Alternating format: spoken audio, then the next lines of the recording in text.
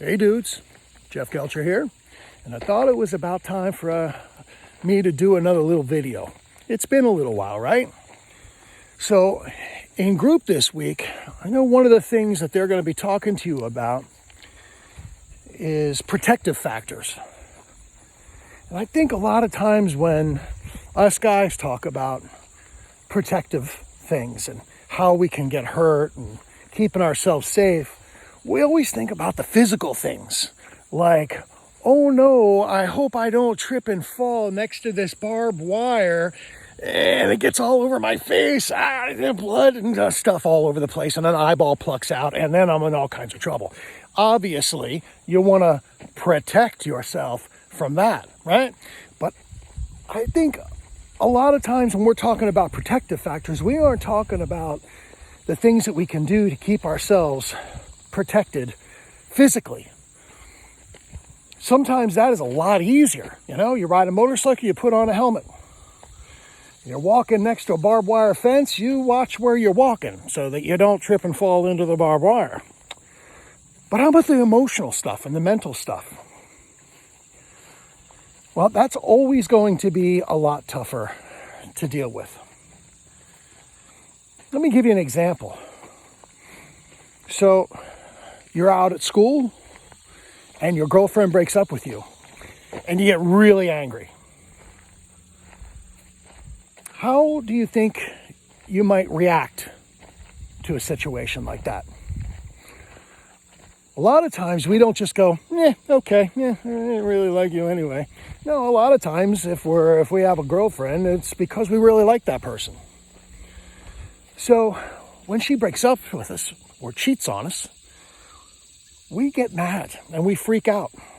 Now think of all the things that we've done in the past when our emotional stability is off. We might punch a wall or kick something or throw something into the TV. And then all of a sudden you're not watching those reruns of Magnum P.I.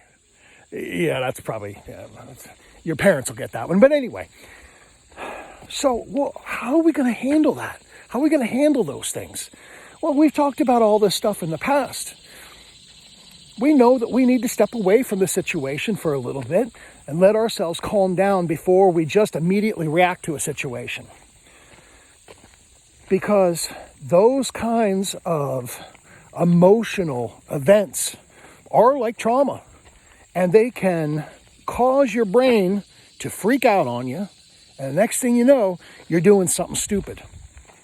All of a sudden, you're no longer protected from the bad things that could happen to you.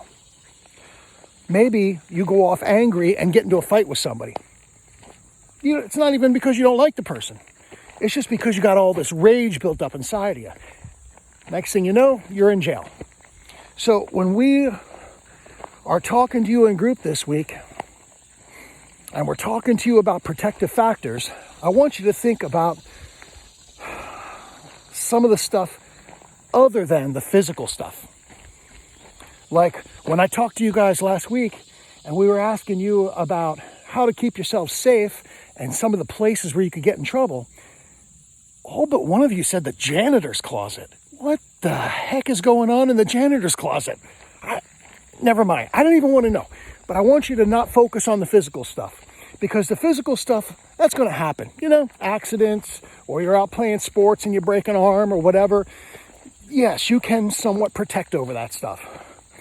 But the stuff you really need to think about is how we're going to react when something emotionally tough hits you.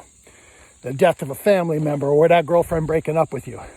You need to be able to step back. Don't immediately react on that sadness or that rage and anger, because it immediately leaves you unprotected for bad things happening. So think about that stuff. All right, guys? And I hope you have a great week. See you next time.